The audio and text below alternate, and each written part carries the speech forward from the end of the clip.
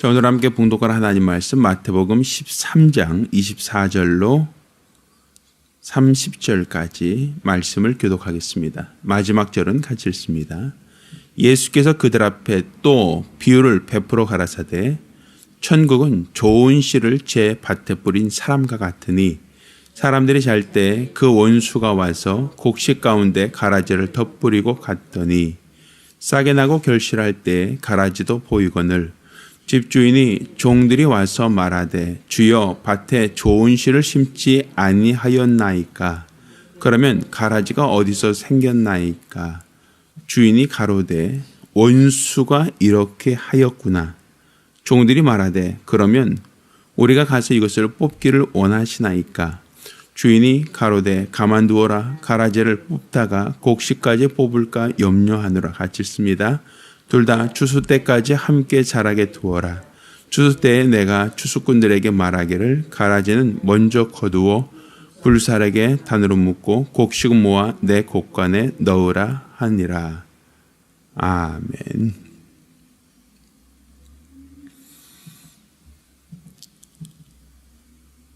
예수님께서 말씀하신 천국에 대한 여러 표현, 여러 비유들 중에 하나가 바로 가라지를 덧뿌린 이 이야기입니다.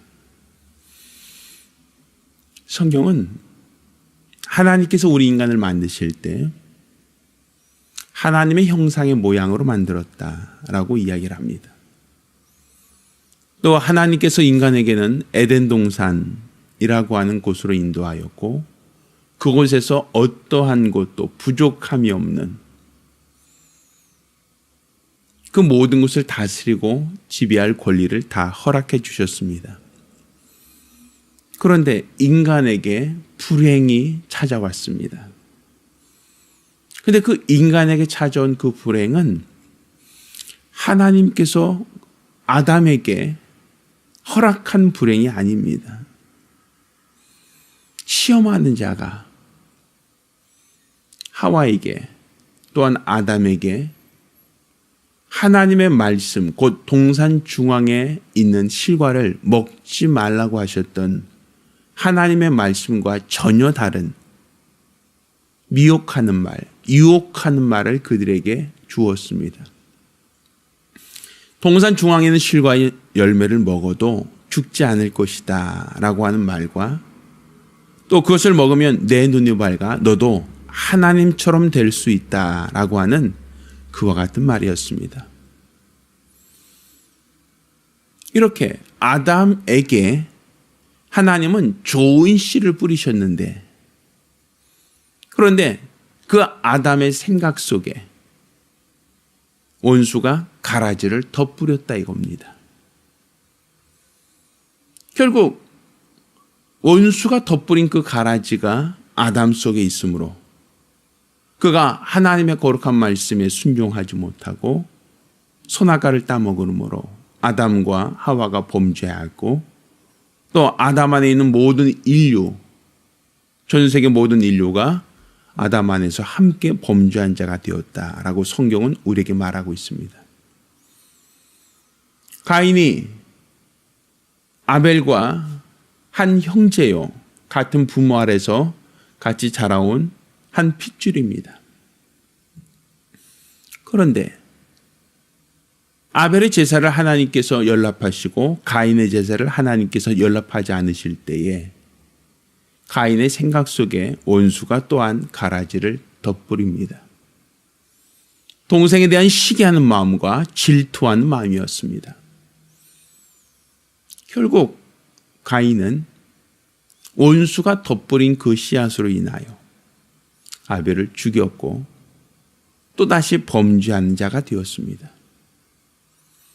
하나님께서 가인에게 아벨을 죽이라고 말씀을 주신 적도 하나님께서 가인에게 아벨을 미워해도 된다라고 하는 그 어떠한 이야기도 한 적이 없습니다. 그런데 왜 가인은 아벨을 같은 형제를 해쳤을까요?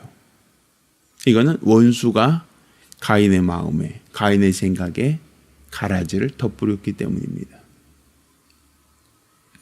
성경은 이와 같이 우리 안에 악한 생각, 우리 안에 악한 마음을 주는 자가 있다라는 걸 얘기하고 있는 겁니다. 하나님은 항상 우리에게 좋은 것을 주시려고 하고 좋은 씨앗을 뿌립니다.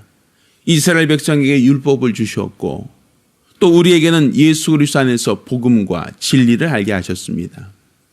이는 하나님이 주신 씨앗, 곧 좋은 씨앗이 우리 안에 심겨져서 우리 안에 하나님의 말씀에만 순종하는, 온전히 우리 하나님의 거룩한 뜻대로만 살아가는 좋은 밭이 되기를 원하시기 때문입니다. 이렇게 하나님의 말씀을 듣는 우리의 마음에 원수들은 끊임없이 또 다른 가라지를 덧뿌리고 있다는 사실입니다.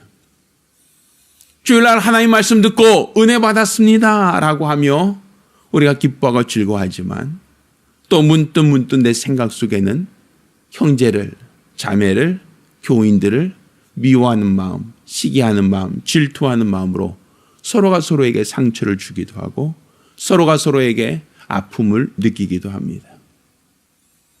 그런데 그것은 내가 하나님 말씀 속에서 그들을 미워해라, 그들을 싫어해라, 그들을 대적하라고 그렇게 말씀을 받은 적은 없습니다. 그런데 왜 그들을 미워하고 시기하고 질투하며 정죄할까요? 이는 그 마음에 원수가 뿌린 가라지가 있기 때문입니다. 우리가 온전한 믿음이라고 하는 것은 오늘 본문에도 주님께서 추수 때까지는 가라지를 뽑지 말라 하셨으니 우리가 사는 이 세상에서 끊임없이 원수들은 우리의 생각 속에, 우리 삶 속에 아담을 타락시켰던 것처럼 가인을 실족시키사 그 동생을 해치게 했던 것처럼 끊임없이 우리 안에 미움과 다툼과 시기와 질투의 마음을 덧뿌릴 터입니다. 믿음이 있다라고 하는 것은 하나님의 뿌린 씨앗, 곧 하나님의 거룩한 말씀대로 살아가는 것이 우리의 믿음이지, 원수가 내 생각 속에 가라지를 덧뿌렸다고 하여 그 가라지가 내 마음을 다 지배해버리고 내 생각을 다 차지해버리는 것은 결국 올바른 신앙의 내 모습이라고 볼 수가 없습니다.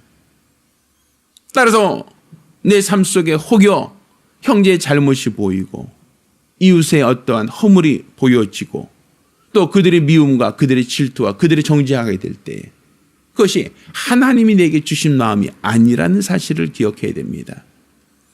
하나님이 나에게 정죄하라, 미워하라, 시기하라, 질투하라고 그런 말씀을 주신 적이 없고 오히려 사랑하라, 용서하라, 7번에 70번까지라도 용서하는 것이 주의 말씀이요 주님이 내 안에 뿌리신 알곡이라는 것을 기억하신다면 내 안에 있는 미움과 시기와 질투, 다툼과 분냄과 이 모든 악한 생각들은 결국은 하나님이 주신 마음, 하나님이 주신 생각이 아니라 원수가 내 안에 뿌리려고 하는 가라지라고 우리는 분별할 수 있어야 됩니다.